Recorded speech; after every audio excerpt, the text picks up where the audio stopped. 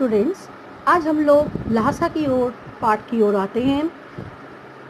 मैं अपने पिछले वीडियो में आप लोगों को ल्हासा की ओर पाठ की भूमिका के बारे में बताई थी कि यहाँ पर राहुल सांकृत्यायन जी का नेपाल से, भारत से वो अवश्य गए थे, लेकिन नेपाल के रास्ते से वो होकर तिब्बत की राजधानी ल्हासा की ओर गए थे। वो उनकी पहली तिब्बत यात्रा थी और ये कोई 1929-30 का समय था। सन 1929-30 का समय था जिसमें वो तिब्बत की यात्रा किए थे। तो उस समय तिब्बत की यात्रा करते समय उन्हें जिन सारे दुर्गम परिस्थितियों का सामना करना पड़ा, मुकाबला करना पड़ा, उसका यहाँ पर बड़ा ही रोचक ढंग से चर्चा है। साथ ही मैं आप लोगों को ये भी बताई थी कि राहुल सांकृत्यायन जी का, जिनका मूल नाम भी मैं बताई थी केदार पांडे, तो ये राहुल सांकृत्यायन जी का वो भ्रमण प्रिय व्यक्ति थे। उन्हें यावरी में शौक था। वे देश विदेश के बहुत सारे स्थानों को गए थे और वे देश विदेश को घूमना, नए नए स्थानों को जाना, जाकर वहाँ के परिवेश को देखना, वहाँ के जनजीवन को देखना तथा संस्कृति और भाषा का आदान प्रदान, ये उनकी रुचि रही है। तो इन सारी बातों को हम इस पाठ में देखेंगे।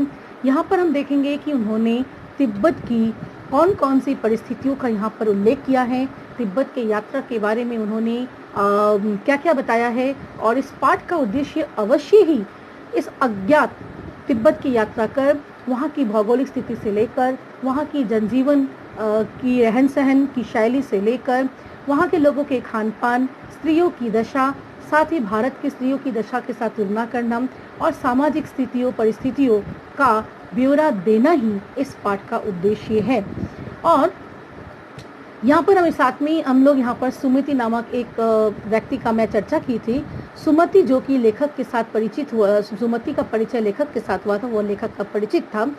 जो सुमति लेखक को सहायता किया था जब लेखक पहली बार तिब्बत की यात्रा कर रहे थे, तो उस समय सुमति ही लेखक को यात्रा के दौरान लेखक को बहुत ही सहायता पहुंचाया था, क्योंकि सुमति प्राय समय तिब्बत को जाया करता था।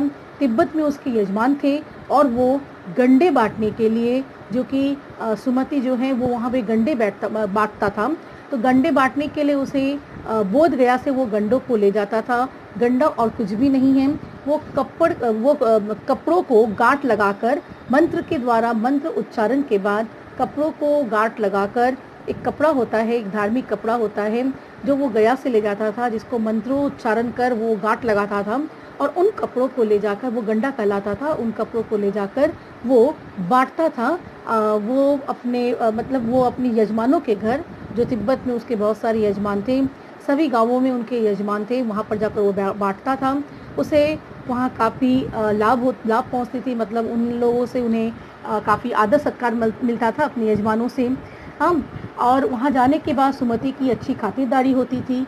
साथ ही सुमति को उन लोगों से कुछ रुपए भी मिलते थे, रुपए पैसे मिलते थे, तो वो वहाँ पर जैसे उसकी आमदनी के लिए वो वहाँ जाया करता था। तो ये सारे हम सुमति के बारे में भी हम सुने थे। ऐसे तो सुमति जो है उसका नाम जो है, सुमति वो मंगोल भिक्षु था और उसका नाम था लोब्जंग सेक। ठीक है, लोब्जंग सेक उसका नाम था, जिसका अर्थ है सुमति प्रज्ञित। लेखक अपनी सुविधा के लिए उसे सुमति बुलाया करता था, ऐसे तो उसका नाम लोब्जंग सेक था। ठीक है, तो लेखक उसे लोब्जंग सेक तो कह नहीं पाता था, वो अपनी सहूलियत के लिए, सुविधा के लिए वो सुमति कहकर पुकारा करता था। तो अब हम पाठ की ओर आते हैं। ठीक है, पाठ में हम थोड़ा देख लेते हैं कि यहाँ पे इसका मैं व्याख्या बताते जाऊंगी। वैसे मैं अपने लास्ट वाले पाठ की तरह, 2 बैलों की कथा जिस तरह से हम लोग किए थे, मैं व्याख्या बताऊंगी। पूरे पाठ को मैं पढ़ रही हूँ, व्याख्या बता रही हूँ, और व्याख्या के साथ साथ मैं जब कंप्रीहेंशन में आऊँगी उस समय तो फिर से व्याख्या हो जाएगा। व्याख्या के साथ साथ जो प्रश्न उठने वाले हैं उन प्रश्नों को भी मैं, अनुमानित प्रश्नों को भी मैं बोलते जाऊँगी। अवश्य उनका अर्थ आप समझते जाएंगे। ठीक है, क्या उत्तर होगा मैं वो भी चर्चा करूँगी। तो इस तरह से पाठ हम पढ़ते भी रहेंगे, इसमें आने वाले प्रश्नों का भी हम समाधान करते रहेंगे, प्रश्नों के उत्तर को भी हम करते रहेंगे। तो हम पाठ की ओर आते हैं। और ये मैं पहले ही बताई थी कि उसका ये जो पाठ है, ये जो कहानी है राहुल सांकृत्यायन की, ये जो कहानी है, तो ये कहानी उनका नेपाल की, ये था तिब्बत की पहली यात्रा। राहुल सांकृत्यायन जी की तिब्बत की पहली यात्रा से ये संकलित है। ठीक है, वह नेपाल से तिब्बत जाने का मुख्य रास्ता है। ये जो वह है, चूँकि ये पहले से है, यहाँ पे संकलित है, एक्सट्रैक्ट है, वह है, शुरू में ही सर्वनाम होता नहीं है, ये वह है नेपाल तिब्बत मार्ग। ये वह की जगह आप लोगों को लिख लेना है नेपाल तिब्बत मार्ग। मैं सब आशा करती हूँ कि आप मेरी बात समझ रहे हैं। वह, ये वह और कुछ नहीं है, वह के ऊपर आप लिख लीजिएगा नेपाल तिब्बत मार्ग, ठीक है। वह अर्थात नेपाल तिब्बत मार्ग नेपाल से तिब्बत जाने का मुख्य रास्ता है। आपको यहाँ से ही दिया गया है, ये और भी इसके आगे है जो दिया नहीं गया है। यहाँ पर एक संकलित अंश, यहाँ पर जो भी उस पूरे में से निकाल के दिया गया है। तो वह नेपाल से तिब्बत जाने का मुख्य रास्ता, वह मतलब नेपाल तिब्बत मार्ग नेपाल से तिब्बत जाने का मुख्य रास्ता है। फारी कालिम्पोंग का रास्ता जब नहीं खुला था तो नेपाल ही नहीं, हिंदुस्तान की भी चीज़ें इसी रास्ते तिब्बत जाया करती थी। मैं जो बता रही हूँ उसको ध्यान से सुनना है, ध्यान से समझना है। सबसे पहले लेखक बता रहे हैं, राहुल सांकेतियन जी बता रहे हैं कि नेपाल तिब्बत का मार्ग ही नेपाल से तिब्बत जाने का मुख्य रास्ता है, ठीक है। जब फारी कालिम्पोंग का रास्ता नहीं खुला था, मतलब नेपाल तिब्बत मार्ग के बाद एक नया रास्ता खुला था, उस रास्ते का नाम था फारी कालिम्पोंग का रास्ता, और उसी फारी कालिम्पोंग के रास्ते से होकर भारत के लोग तिब्बत जाते थे। लेकिन जब फारी कालिम्पोंग का जब रास्ता नहीं था, फारी कालिम्पोंग का रास्ता जब नहीं था, उस समय सिर्फ नेपाल के लोग ही नहीं बल्कि हिंदुस्तान के लोग भी, या हिंदुस्तान के लोगों को जाने का परमिशन नहीं था, ठीक है, लेकिन हिंदुस्तान की चीज़ें वहाँ जाया करती थी। तो हिंदुस्तान की भी चीज़ें इसी रास्ते तिब्बत जाया करती थी। किस रास्ते? नेपाल तिब्बत मार्ग से। मतलब हमें अभी क्या हमें समझ में आया कि फारी कालिम्पोंग का रास्ता जब नहीं बना था, उस समय नेपाल और हिंदुस्तान के सामान भी, चीज़ें भी, सामग्रियाँ भी नेपाल तिब्बत मार्ग से होकर ही कहाँ जाते थे? तिब्बत की ओर जाते थे। इतना समझ में आ गया। और फारी कालिम्पोंग का रास्ता जब नहीं था तब नेपाल के लोग, यहाँ तक कि भारत के लोगों को भी अगर जाना पड़े या वहाँ तिब्बत जाने का एकमात्र रास्ता था नेपाल से तिब्बत मार्ग। तो फारी कालिम्पोंग रास्ता जब बना नहीं था उस समय नेपाल तिब्बत मार्ग का प्रयोग किया जाता था तिब्बत जाने के लिए। यह व्यापारिक ही नहीं, सैनिक रास्ता भी था। अभी नेपाल तिब्बत मार्ग की बात ही हो रही है कि यह व्यापारिक ही नहीं, सैनिकों का भी रास्ता था। मतलब उस रास्ते से होकर सिर्फ व्यापार ही नहीं होता था, क्योंकि नेपाल से सामान जो तिब्बत जाना है, भारत से सामान जो तिब्बत जाना है, उसे ले जाने के लिए एक रास्ता चाहिए। वो रास्ता था नेपाल तिब्बत मार्ग। तो ये नेपाल तिब्बत मार्ग सिर्फ व्यापारिक रास्ता ही नहीं था, व्यापार करने का रास्ता ही नहीं था, बल्कि ये सैनिकों का भी रास्ता था। मतलब जो चीन के सैनिक या तिब्बत के सैनिक होते थे, ये वहाँ के सैनिक के लिए भी वही रास्ता होता था। इससे जगह जगह फौजी चौकियाँ और किले बने हुए हैं। इसलिए ये जो रास्ता है नेपाल से तिब्बत जाने का जो मार्ग है, नेपाल तिब्बत मार्ग एक रास्ते का नाम है। इस रास्ते में जगह जगह पर फौजी छावनियाँ और फौजी चौकियाँ बनी हुई है, मतलब पलटनों के रहने की जगह, ठीक है। तो चौकियाँ, फौजी चौकियाँ और जो है किले अर्थात दुर्ग, ठीक है, फोर्ट जहाँ पे फौज रहती है, ठीक है, अपने अस्त्रों के साथ, उसे कहते हैं किला। तो जगह जगह पर किला बना हुआ है, जगह जगह पर फौजी चौकियाँ अर्थात छावनियाँ बनी हुई है, जिनमें कभी चीनी पलटन रहा करती थी। चीनी पलटन माने चीन की सेना। और इन फौजी जो छावनियाँ हैं, ये जो फौजी किले हैं, इन फौजी किलों में, इन फौजी छावनियों में चीन की सैनिक रहा करती थी। चीनी पलटन मतलब सैनिक, सेना रहा करती थी। आजकल बहुत से फौजी मकान गिर चुके हैं। दुर्ग के किसी भाग में जहां किसानों ने अपना बसेरा बना लिया है, वहां घर कुछ आबाद दिखाई पड़ते हैं। लिसन स्टूडेंट्स, अभी जो मैंने पहला पैराग्राफ पढ़ा, यहाँ पर पूरा नेपाल तिब्बत मार्ग के बारे में था।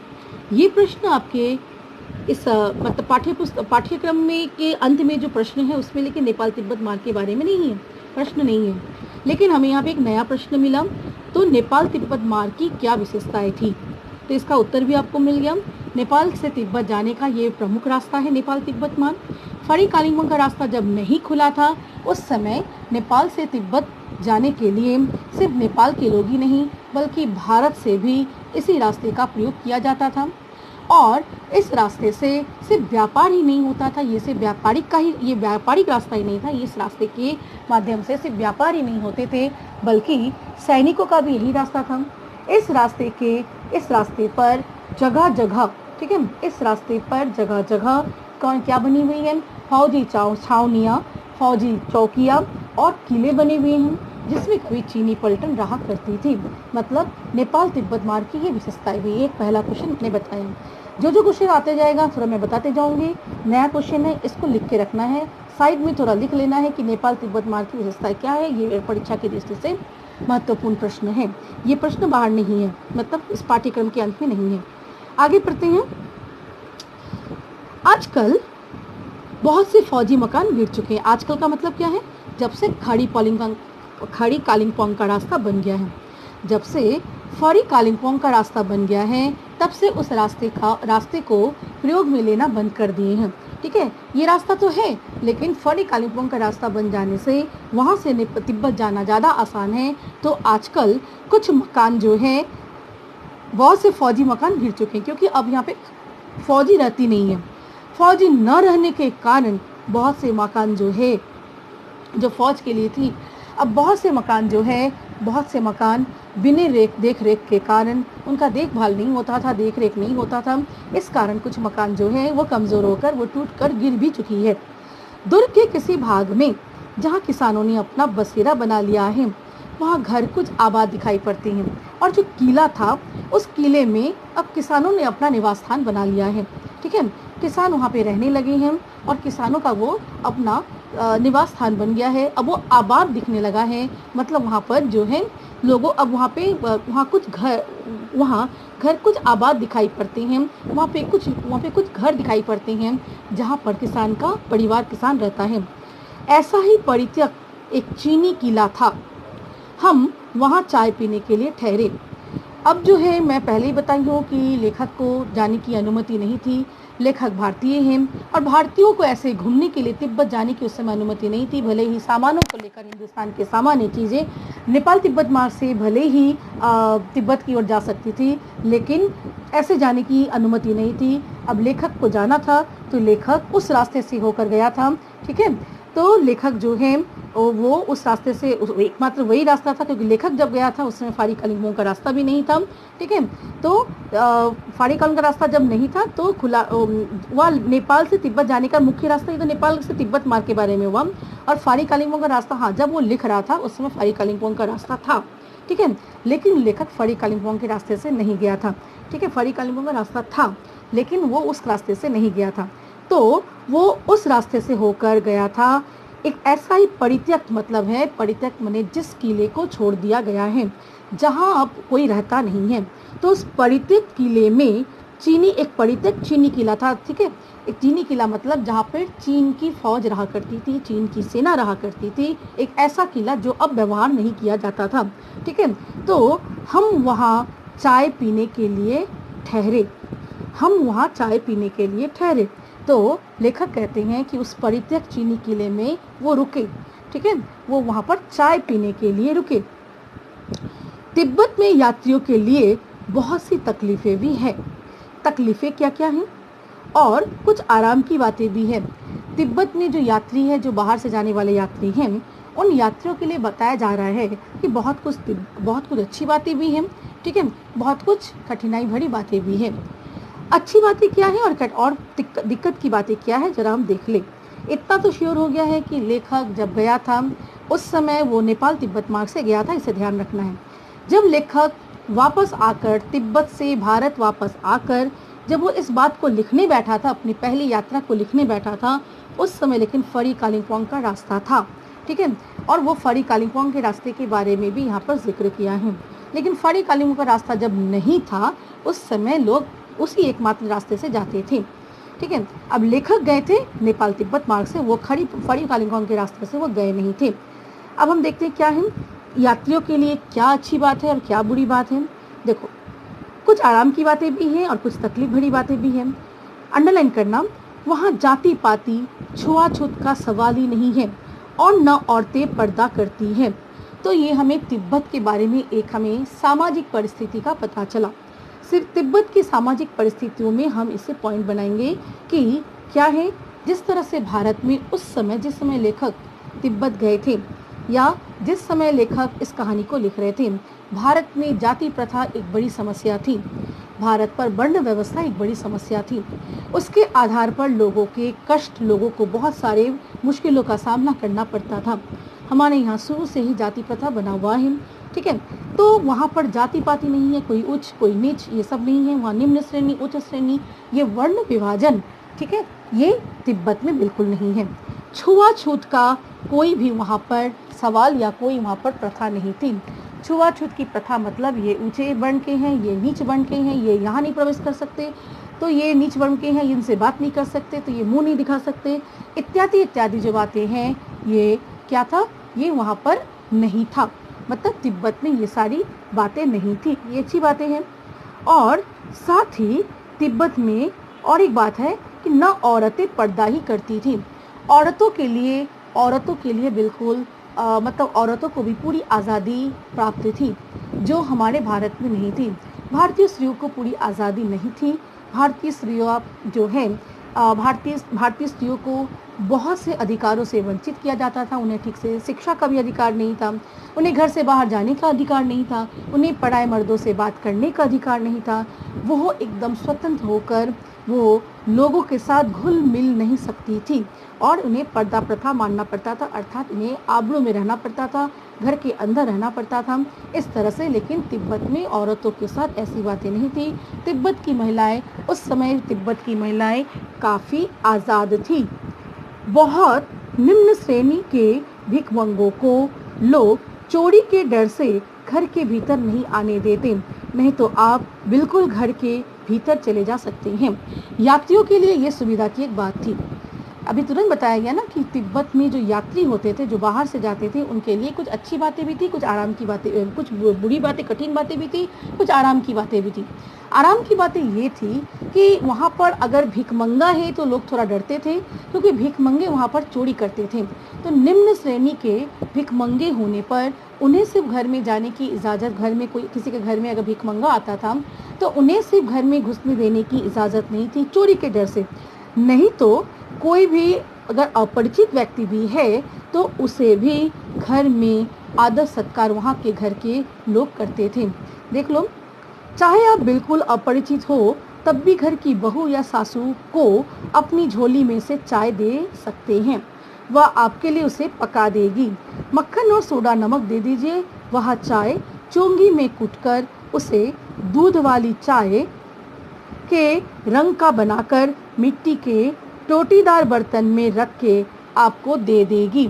मतलब यहाँ पर लेखक कह रहे हैं, मान लो कोई यात्री है, जिसके पास यात्री है, बहुत दूर जाना है, जिसके पास चाय मक्खन सोडा इत्यादि उसके पास है, ठीक है, तो वो अगर किसी के घर में जाकर उसे अगर इस चाय को पका देने के लिए कहता है, तो अगर वो अपरिचित भी हो तो उस घर की बहू या सास उसे लेकर उसे बैठने के लिए कहेगी और उसे अपने झोली में से चाय निकाल के देने पर वो उसे पका देगी।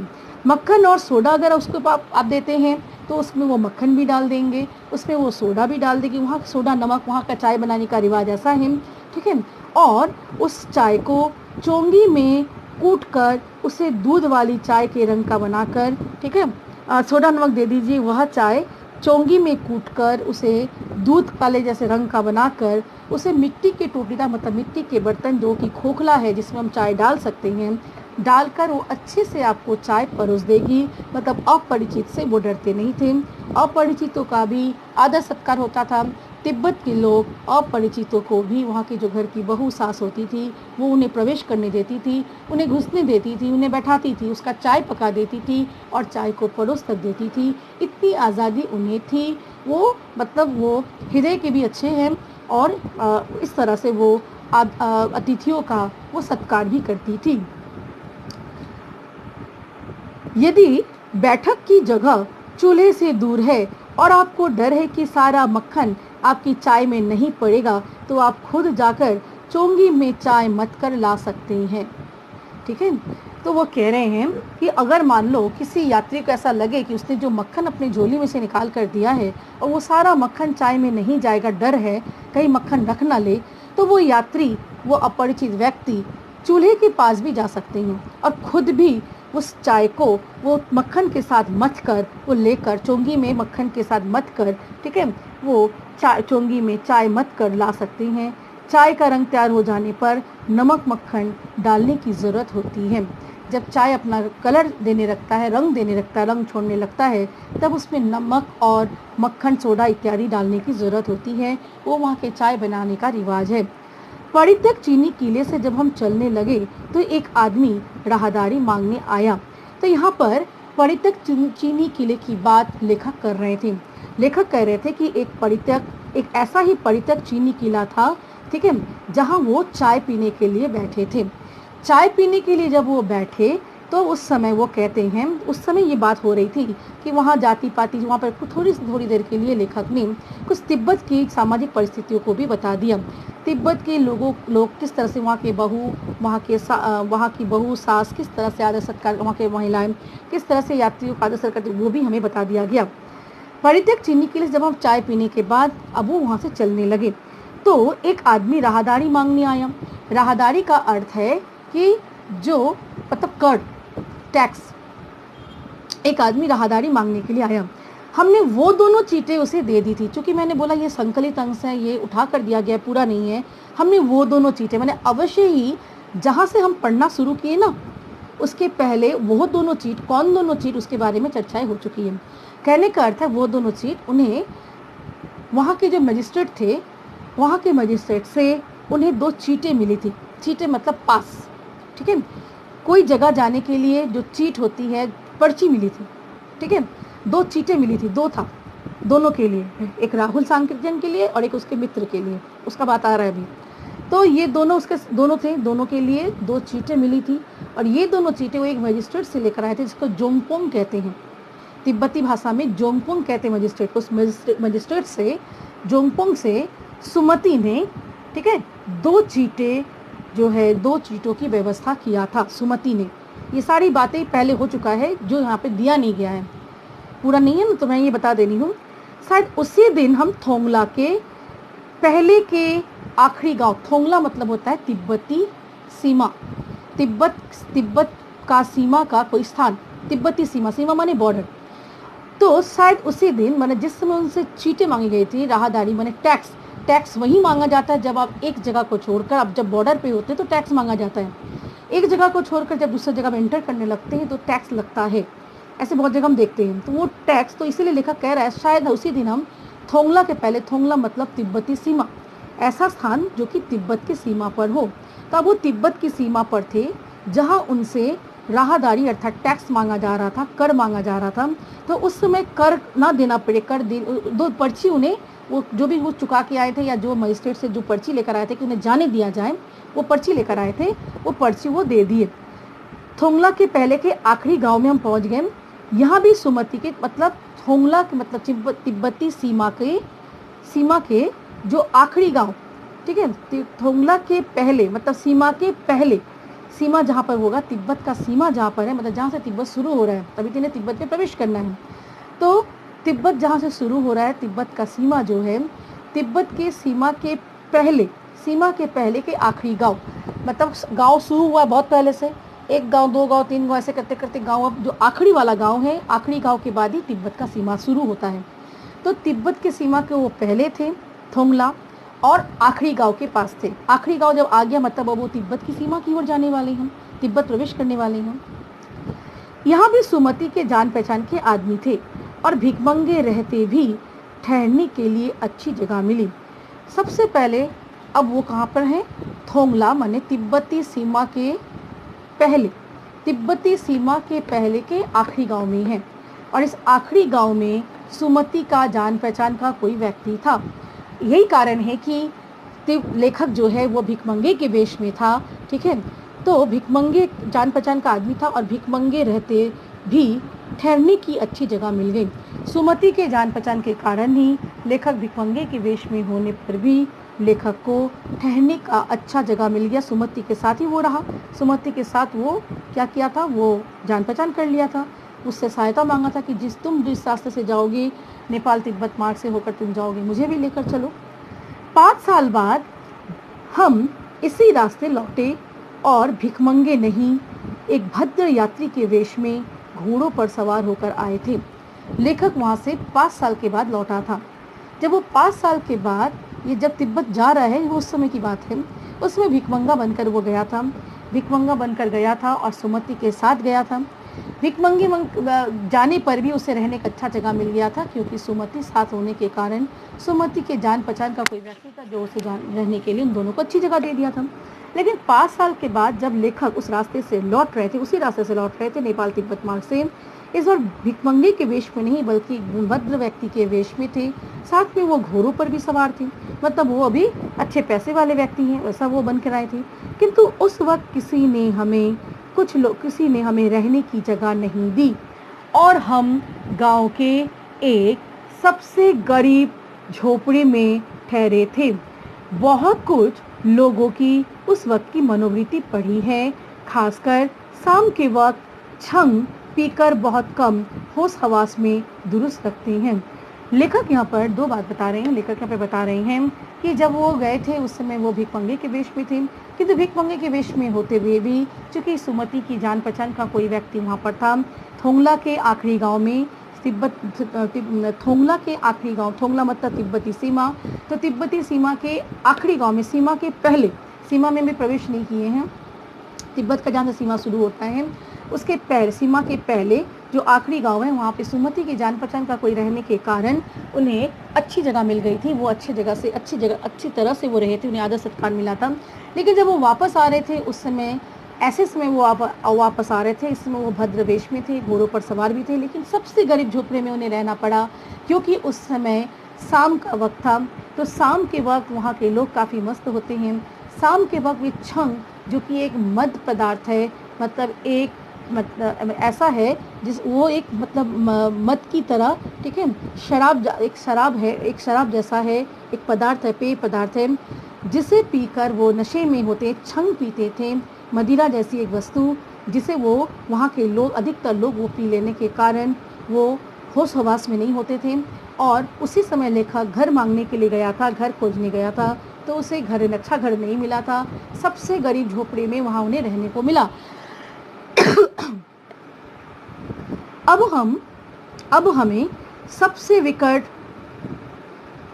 ढाणा थोंगला पार करना था। देखो, लेखक बार बार जो बात को बताता है, बताते बताते वो थोड़ा हटकर वो इधर उधर चला जा रहा है, ठीक है। लेखक जाने की बात अभी कर रहा है, जाने की बात करते करते वो अचानक 5 साल के बाद जब वो वापस आया था, उस बात को भी वो कर दिया है। मतलब पहली बार जब वो तिब्बत की यात्रा किया था, उसके बाद वो वहाँ पे 5 साल रहने के बाद जब वो वापस आया, उसके बाद ये कहानी लिखा है।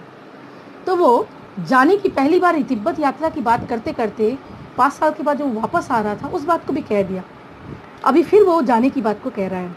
अभी ये फिर वो जब जा रहा था, वो कहाँ तक पहुँच गया, भिखमंगे के वेश में था, थोंगला के आखिरी गांव में वो पहुंचा है, सुमति के साथ है, और सुमति उसे एक अच्छे घर में ले गया था, एक अच्छे यजमान के घर ले गया था, ठीक है। और जहाँ पर, इसलिए पार्ट समझ में नहीं आ पाता है, लेखक सारी बात को एक साथ कह देता है।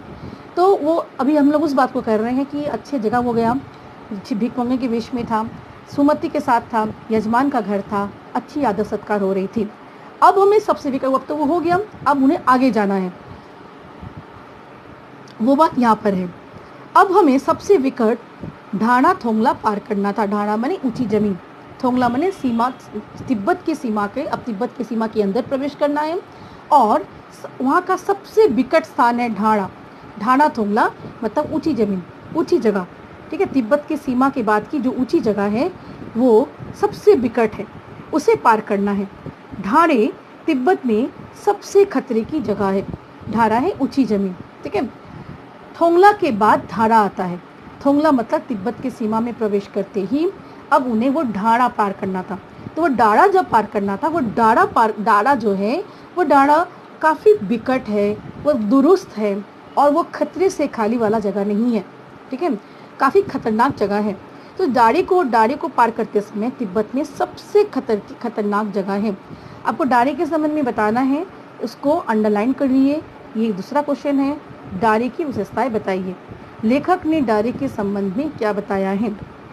16-17 हजार फीट की ऊंचाई होने के कारण उनके दोनों तरफ मीलों तक कोई गांव गिराव नहीं थे। मैंने पहले ही बताया कि धोंगला के बाद सबसे ऊंची स्थान है डारा। अब ये जो डारा है ये 16-17 फीट की ऊंचाई पर स्थित था। उतनी ऊंचाई पर ये डारा होने के कारण उसको पार करके वो आगे जा सकते हैं। ठीक है, तिब्बत की सीमा में अंदर जाने के बाद उस डारे को पार करना, और वो खतरनाक जगह है। 16-17 हजार फीट पर वो जगह है, और उस जगह पर वो उतनी ऊंचाई पर होने के कारण डारे जो है, मतलब वो उस ऊंची जमीन को ना पार किए जा नहीं सकते हैं तिब्बत अंदर। तो वो जगह चूंकि उतनी ऊंचाई पर जाने के बाद उसके आसपास कोई गांव गिराव नहीं है, दोनों तरफ मीलों तक कोई गांव नहीं है। ठीक है, कोई गांव नहीं है। गांव रहने से लोग होंगे, लोग होने से खतरा कम होगा।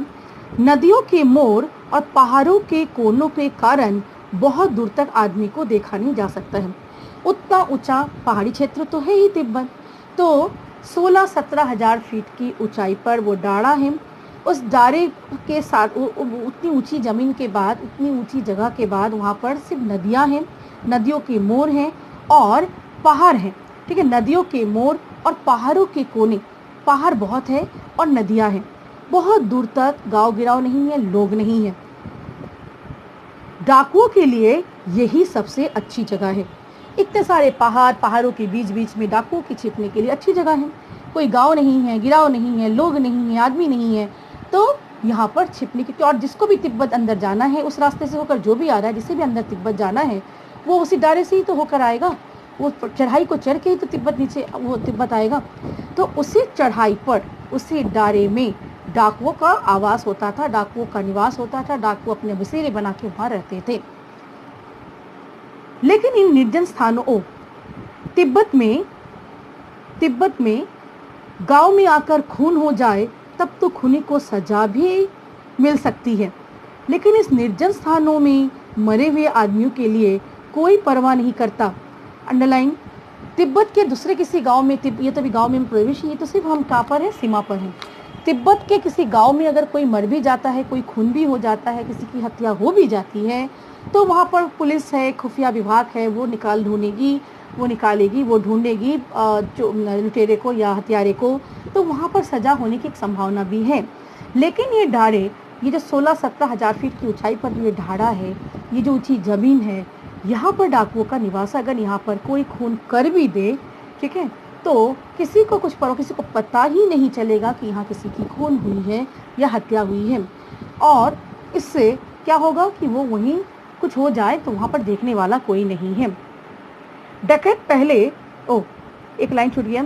सरकार खुफिया विभाग और पुलिस पर उतना खर्च नहीं करती और वहाँ गवाह भी तो कोई नहीं मिल सकता। यहाँ पर तिब्बत के बारे में, तिब्बत के सरकार के बारे में एक अच्छी बात नहीं है। यहाँ पे ये है कि तिब्बत की स्थिति बताया जा रहा है, तिब्बत की कानून व्यवस्था बताया जा रहा है कि तिब्बती सरकार जो थी, उस समय की तिब्बती सरकार जो थी, वो खुफिया विभाग पर, जो डिटेक्टिव डिपार्टमेंट होता है, वो खुफिया विभाग पर और पुलिसों पर ज़्यादा खर्चा नहीं करती थी। इसलिए उतने खुफिया विभाग वहाँ पर नहीं थे, पुलिस वहाँ पे उतनी कड़क नहीं थी। ठीक है, इसलिए वहाँ पर जो है, और वहाँ पर कोई गवाह भी तो नहीं है, क्योंकि वहाँ कोई आदमी ही नहीं है। किसी का कोई खून हो भी जाए तो कोई कहेगा नहीं कि हम देखे हैं खून करते हुए, एक आदमी खून किया है, ऐसा आदमी था, ऐसे देखने में था, कोई गवाह भी तो नहीं है। तो डकैत वहाँ पर क्या करते हैं, उस डारे के डकैत सबसे पहले आदमी को मार डालते हैं। उसके बाद वो देखते हैं कि कुछ पैसा है कि नहीं। सोचो, ऐसे क्या होता है, डकैत पहले आते हैं, डराते हैं, धमकाते हैं, तो वो कहते दो नहीं तो मैं मार दूंगा। वहाँ ऐसा नहीं होता था। वहाँ अगर डकैत किसी के यात्री को देख ले, अगर उसे थोड़ा भी संदेह हो कि इसके पास कुछ पैसे रुपए हैं, पहले वो मार देगा, उसके बाद वो देखेगा कि उसके पास क्या है। ये तो बहुत गड़बड़ बात है, ये बहुत खतरनाक बात है। तो हथियार का कानून न रहने के कारण यहाँ लाठी की तरह लोग पिस्तौल बंदूक लिए फिरते थे। ये उस समय की बात हो रही है, 1929 की बात हो रही है कि उस समय तिब्बत का खुफिया विभाग अच्छा नहीं था। तिब्बती सरकार खुफिया विभाग पर खर्चा नहीं करती थी, पुलिस पर खर्चा नहीं करती थी, और हथियार कानून उस समय तिब्बत में नहीं था। हथियार कानून नहीं होने के कारण कोई भी पिस्तौल और बंदूक अपने पास लाठी की तरह रख सकता है। जैसे भारत में हम लाठी रखें तो उसके लिए कोई बोल नहीं आएगा कि लाठी क्यों रखे हो, 1 लाठी, 2 लाठी, 5 लाठी, 10 लाठी हम रख सकते हैं, कोई कुछ नहीं बोलेगा। तिब्बत में लाठी की तरह लोग बंदूक और पिस्तौल का इस्तेमाल करते थे, रखते थे, उसके लिए कोई कुछ बोलने वाला नहीं था, कोई लाइसेंस वगैरह कुछ लगता नहीं था। तो वहाँ पर इसलिए प्राणों का खतरा बहुत ज़्यादा था। डाकू यदि जान से न मारे तो खुद उसे अपने प्राणों का खतरा है। डाकू यदि जान से न मारे तो खुद उसे अपने प्राणों का खतरा है। यहाँ पे लेखक कह रहे हैं कि अगर डाकू उसे मार देता है कुछ लेने के लिए, ठीक है, अगर नहीं भी मारे तो भी वहाँ पर प्राणों का खतरा था। ठीक है, गांव में हमें मालूम हुआ कि पिछले ही साल थोंगला के पास खून हो गया। मतलब तिब्बती सीमा के पास गांव में जाने के बाद पता चला कि पिछले साल तिब्बत के सीमा के पास जहाँ से होकर लेखक आ रहे थे वहाँ पर खून हो गया था। ठीक है, गांव में शायद खून की हम उतनी परवाह नहीं करते क्योंकि हम भिखमंगे थे और जहाँ कहीं वैसी सूरत देखते टोपी उतार, जीभ निकाल, कुची कुची 1 पैसा कहते भीख मांगने लगते। लेखक कह रहे हैं कि उन्हें उतना खून होने का डर तो उन्हें नहीं हुआ था, डाकुओं का डर था। ठीक है, डाकुओं के हाथ में बंदूक पिस्तौल देखकर तो डर लगता ही है। तो जहाँ भी वो कोई डाकू या किसी को ऐसा देखते, किसी को भी देखकर वो चूंकि भीखमंगे के वेश में थे, तुरंत अपना टोपी उतार कर, जेब निकाल कर, कुची कुची मने दया दया, कुछ दे दो, कुछ दे दो, वो खुद भीख मांगने लगते थे। तो इस कारण लोगों ने भिखमंगा समझकर छोड़ देते थे। लेकिन पहाड़ की ऊंची चढ़ाई थी, ढाड़ा जो है वो तो 16-17 हजार फीट की ऊंचाई पर है।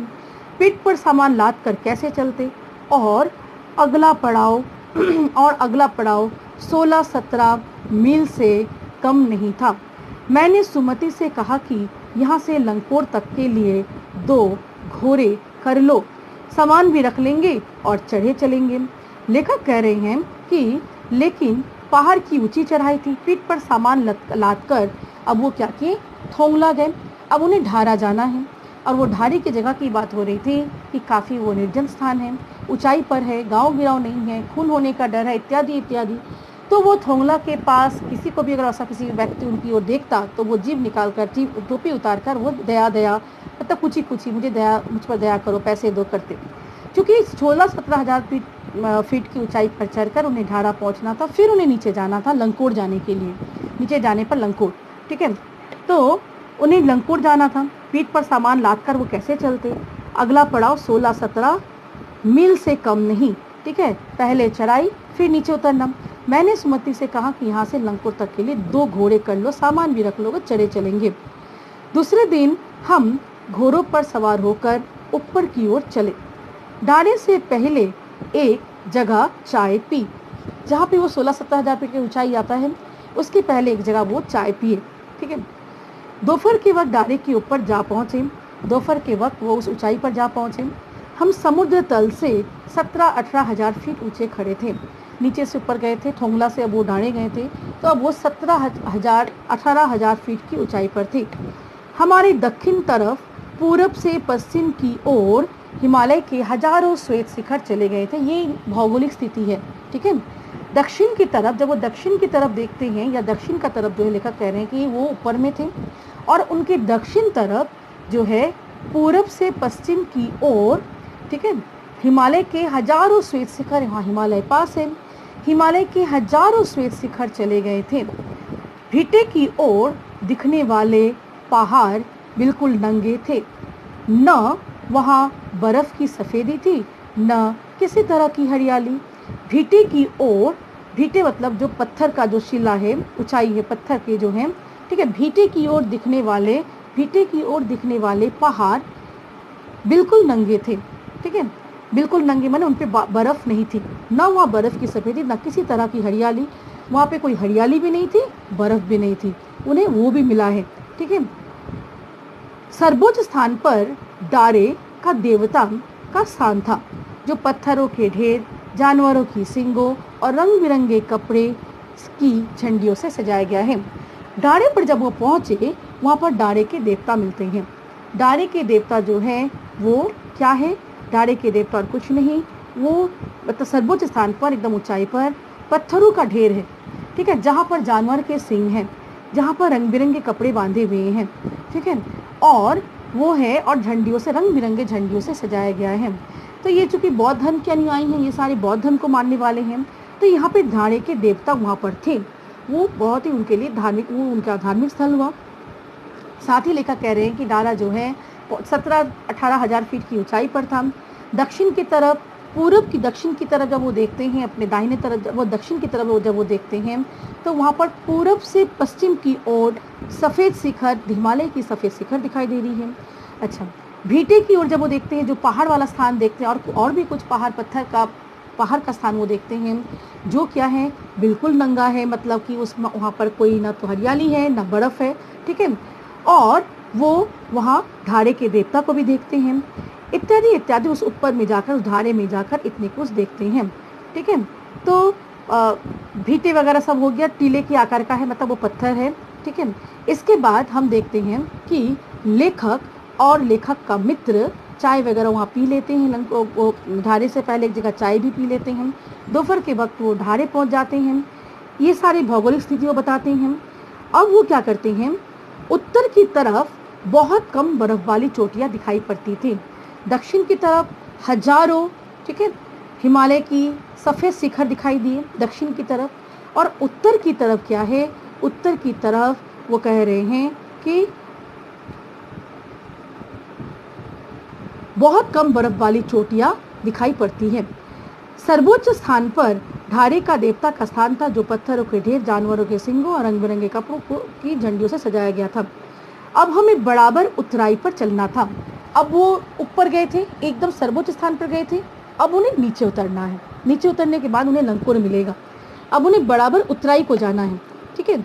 चढ़ाई तो कुछ दूर थोड़ी मुश्किल थी, लेकिन उतराई बिल्कुल नहीं। चढ़ाई तो हमेशा होगा ही, क्योंकि हम गुरुत्वाकर्षण बल के विपरीत जाते हैं, तो चढ़ाई तो होगी ही मुश्किल। चढ़ाई जो था वो दुर्गम था, चढ़ाई बहुत कठिन था, लेकिन उतराई उतना नहीं, बिल्कुल भी कठिनाई नहीं हुई उन्हें उतरते समय। शायद 2-1 और सवार साथी हमारे साथ चल रहे थे, 2-1 और सवार साथी हमारे साथ चल रहे थे, लेखक के साथ, सुमति के साथ और भी कुछ सवार साथी थे। मेरा घोड़ा कुछ धीमे चलने लगा। मैंने समझा कि चढ़ाई की थकावट के कारण ऐसा कर रहा है और उसे मारना नहीं चाहता था। धीरे धीरे वह बहुत पिछड़ गया और मैं डॉन क्विक्सो की तरह अपने घोड़े पर झूमता हुआ चला जा रहा था। यहाँ पर एक किस्सा होता है, एक घटना घटती है। लेखक, सुमति और भी 2-3 लोग थे। सभी चढ़ाई को गए। चढ़ाई मतलब ढाड़ा माने ऊंचाई, ऊंचे जमीन के चढ़ने के बाद उत्तर की दृश्य को देखे, जहाँ पर कम बर्फीली पहाड़ियाँ थी। दक्षिण की दृश्य को देखे, जहाँ पर हिमालय की हजारों बर्फीली चोटियाँ थी, ठीक है। भीटे देखे, जो कि टीले के आकार का, टीला ऐसे पत्थर होता है, टीले के आकार का पत्थर देखे। बहुत सारे भीटे भी दिखाई दिए।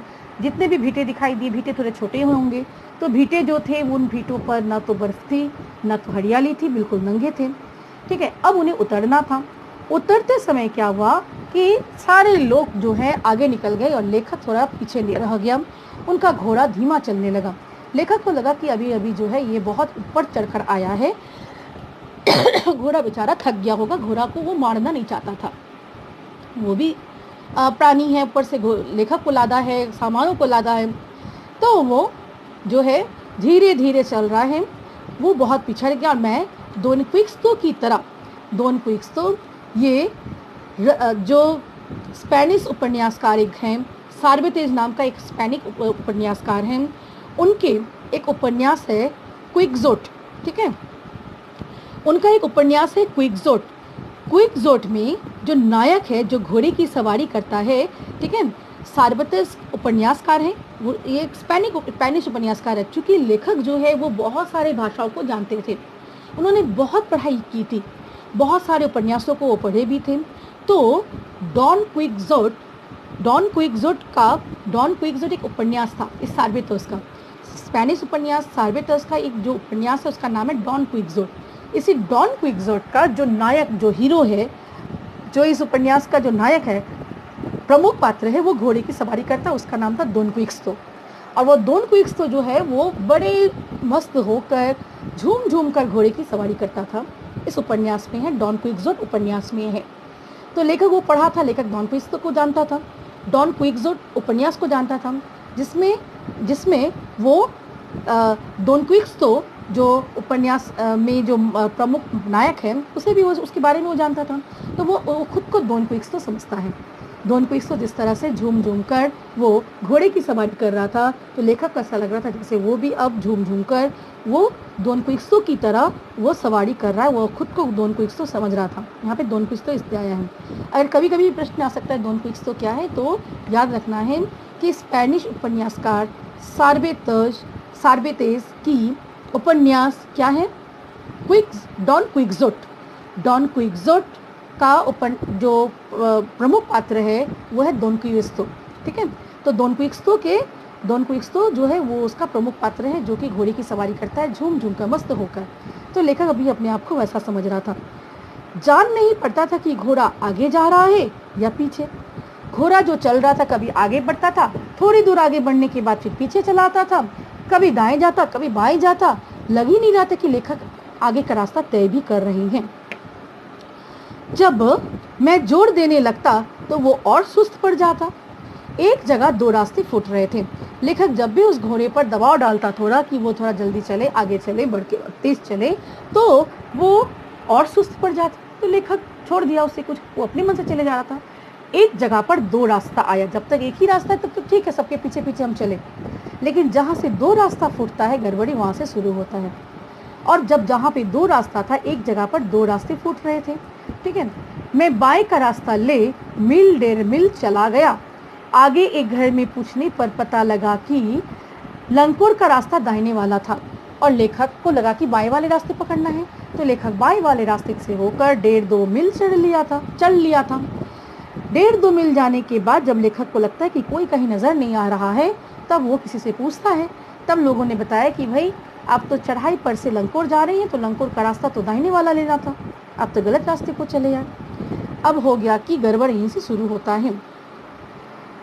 फिर लौटकर उसी को पकड़ा, फिर वापस आना पड़ा, उसी मोड़ पर आना पड़ा, अब दाहिने वाले रास्ते को पकड़ना पड़ा। 4-5 बजे के करीब में गांव से मिल भर था, लंकोर से मिल भर था, तो सुमति इंतजार करते हुए मिले। सुमति बेचारा तो आगे था। अब वो सोच रहे कि ये पीछे से आ क्यों नहीं रहा है। जब शाम के 4-5 बजे थे, अब वो गांव से मिल भर पर था। सुमति उसका क्या कर रहा था, इंतजार कर रहा था। मंगोलों का मुंह ऐसे ही लाल होता है, और अब तो वो पूरे गुस्से में था। लेखक का इंतजार वो कर रहा था, बहुत समय से इंतजार कर रहा था। उसे यजमानों के घर जाना था गंडे बांटने के लिए। सुमति उसका कुछ प्लानिंग था, उसका कुछ उसने अपना कुछ आयोजना, उसने अपनी कुछ मतलब वो पहले से अपना कुछ वो कुछ निश्चित करके रखा था, ठीक है। वो कुछ तय करके रखा था कि वहाँ पहुँचना है, लंकोर पहुँचने के बाद इन सारे घरों में जाना है। लेकिन सुमति के साथ, ठीक है, कौन था, सुमति के साथ लेखक था। वो लेखक उसका दोस्त बना हुआ था। लेखक को छोड़कर वो कैसे चले जाएं। ऐसे तो इसका नाम था, मैंने क्या बताया, लोब्जम से। तो लेखक उसे सुमति कहता था, जिसका अर्थ सुमति होता है। तो लेखक के लिए वो इंतजार कर रहा था, वो लेट हो रहा था। अब वो जो है बहुत गुस्से में था। मंगोलों का चेहरा ऐसे ही लाल होता है, और गुस्से में वो बहुत लाल हो गया उसका चेहरा। उन्होंने कहा, मैंने 2 टोकरी कंडे फू डाले, ठीक है, मैंने 2 टोकरी कंडे फू डाले, 3-3 बार चाय को गर्म किया। मैंने बहुत नरमी से जवाब दिया। मैंने 2 टोकरी कंडे फू डाले। कंडे है उपले, गाय या भैंस के गोबर से बनने वाले जो उपले हैं उसे फू डाले, ठीक है। फू डाले मतलब गरम, चाय को गर्म करने के लिए अपने साथ वो लोग रखते हैं, कंडे रखते हैं, चाय रखते हैं। जो यात्री होते हैं वो अपने साथ ये सारा सामान रखते हैं, कहीं भी ज़रूरत पड़े वो कंडे को जला देंगे, गर्मी निकलेगी इसमें से, तो उसमें वो अपना चाय वगैरह पका लेंगे। तो 3 बार चाय को गर्म भी किया कि लेखक के लिए, वो लेखक आएगा चाय पिएगा। मैंने बहुत नरमी में जवाब दिया, लेकिन मेरा कसूर नहीं मित्र, देख नहीं रहे हो कैसा घोड़ा मुझे मिला है। मैं तो रात तक पहुंचने की उम्मीद रखता था। चलो अच्छा है कि मैं 5 बजे तक आ गया। मुझे तो उम्मीद थी कि मैं लंकोर रात को जाके पहुंचूंगा। मुझे कैसा घोड़ा मिला है, मुझ पर गुस्सा मत हो, मेरा घोड़ा बहुत सुस्त है। ऐसे कहकर वो सुमति को ठंडा करता है। खैर, सुमति को जितनी जल्दी गुस्सा आता था उतनी जल्दी वो ठंडा भी हो जाता था। तो यहाँ पर सुमति के बारे में भी हमें उसका चरित्र चित्रण करना है। सुमति के बारे में जो भी कुछ हमें पता चल रहा है, तो सुमति गुस्सा करता था, लेकिन सुमति मन का बहुत अच्छा था, वो सच्चे अर्थ में मित्र था।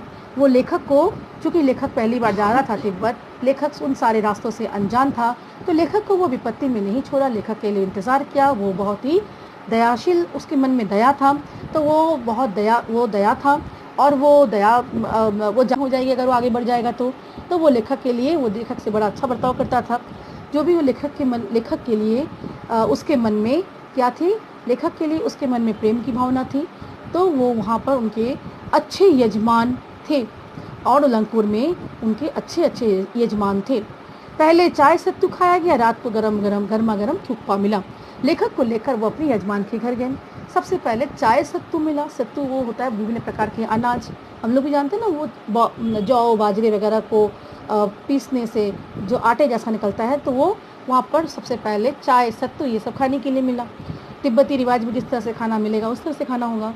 रात को गर्मा गर्म थुक्पा मिला। थुक्पा जो होता है वो सूप जैसा सूप है, जो कि गरम गरम है, सत्तू वगैरह के साथ, चावल वगैरह के साथ, वो घोल सा, जिसमें बहुत कुछ, उसमें सब्जियां, उसमें नमक, मक्खन इत्यादि उसमें डाला रहता है। उसमें मांस वगैरह के टुकड़े भी होते हैं। तो ये थुक्पा है, गर्मा गर्म थुक्पा भी मिला। बहुत लोग जानते भी हैं थुक्पा। तो उन्हें चाय सत्तू मिला, क्योंकि बहुत ठंडा जगह है, गरम गरम थुक्पा तो बहुत स्वादिष्ट लगेगा। और इस तरह से लेखक की भी खातिरदारी हुई। स्टूडेंट, हम यहाँ पर देखते हैं कि ये लंगकोट पहुँच गए हैं, सुमति के साथ पहुँच गए हैं। यहाँ पर एक और प्रश्न बनता है कि लंगकोट पहुँचने में उन्हें कौन सी मुश्किलों का सामना करना पड़ा। तो आज हम यहीं तक रखते हैं, अगले वीडियो में हम फिर इसका हम देखेंगे, ठीक है। यहाँ तक हम जो है सुमति के साथ राहुल सांकेतियन का तिब्बत की पहली यात्रा है। बीच बीच में लेखक बहुत सारी घटनाओं को, इधर उधर की घटनाओं को भी बताए हैं, लेकिन वो अभी तक ल्हासा पहुँचे नहीं। अभी वो ढाणा गए, पहले थोंगला जो है सीमा से वो ढाणे गए, ढाणे से वो लंगकोट उतरे हैं, लंगकोट चढ़ाई के बाद नीचे हैं। अब आगे क्या होता है हम देखेंगे आज इतना ही, ठीक है।